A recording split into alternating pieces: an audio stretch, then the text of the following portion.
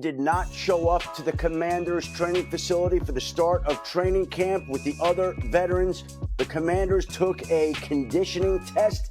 Terry McLaurin was not there for the start of it. He's been seeking a new contract that he does not yet have. And when the Commanders reported for work today, Terry McLaurin was not spotted there. Now, he could decide to show up tomorrow. He could decide to show up any day this week. But he was not there on the first day that veterans and rookies reported for work. At that time, he has been seeking a new contract. He voiced his displeasure and frustration with the team last week.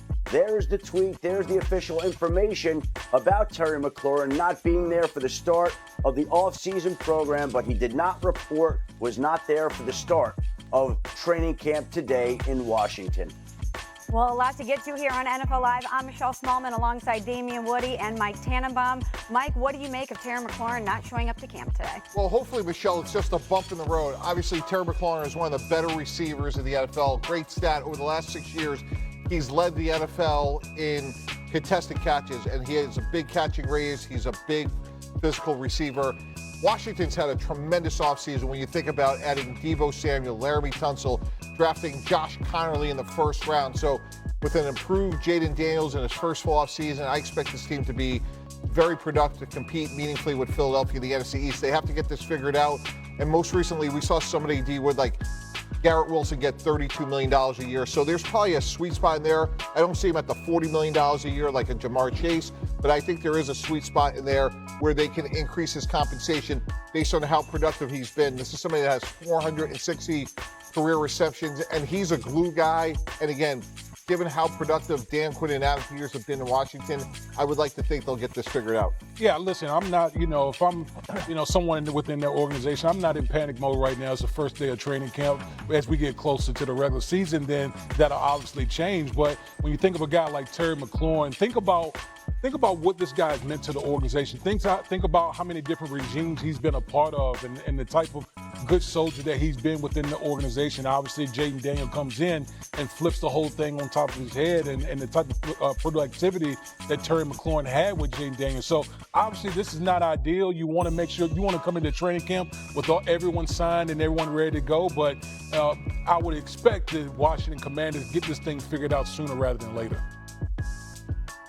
Listen, when you don't show up for training camp also, there's a financial ramification to it. Terry McLaurin now will be subject to a $50,000 a day mandatory fine, as will Trey Hendrickson and any other player that doesn't show up for camp. And that's why we've seen over time some players show up to training camp and then essentially hold in, not practice. They're there. They can't take the $50,000 a day mandatory fine because they are there. And that's a way of trying to get around the system.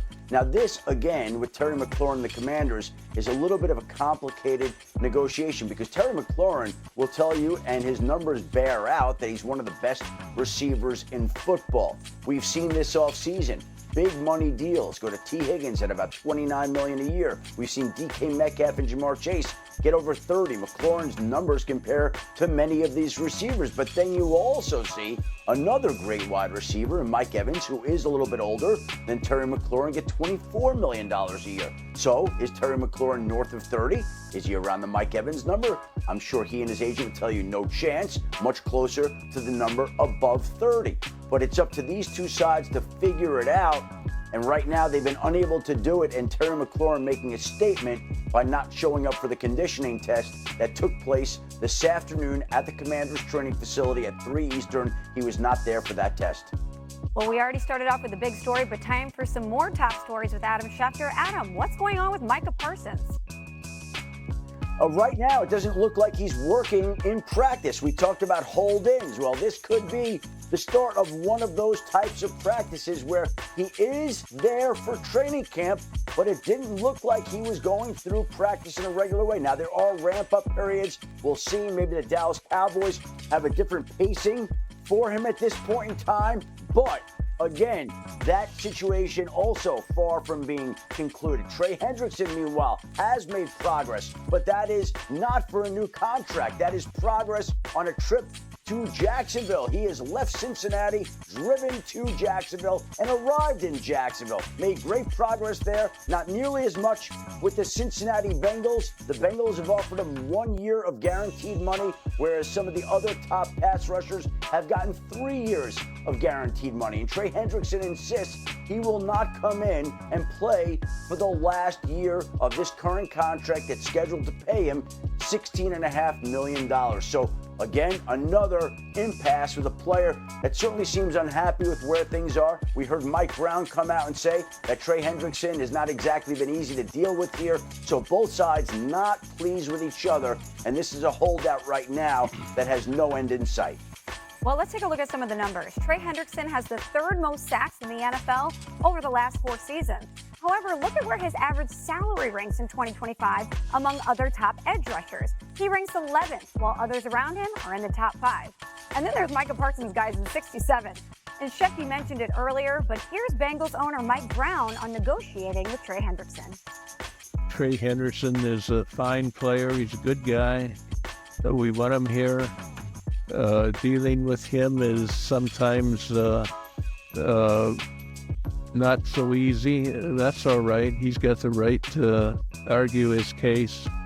All right, Damian, you heard the sound there. What do you think of Mike Brown saying Trey Hendrickson is, quote, not so easy to deal with? Well, you're definitely not helping the situation by saying those type of things. And here's the thing that jumps out to me is that the Cincinnati Bengals made some significant progress early in this offseason. Think about it, the signing of Jamar Chase and T. Higgins.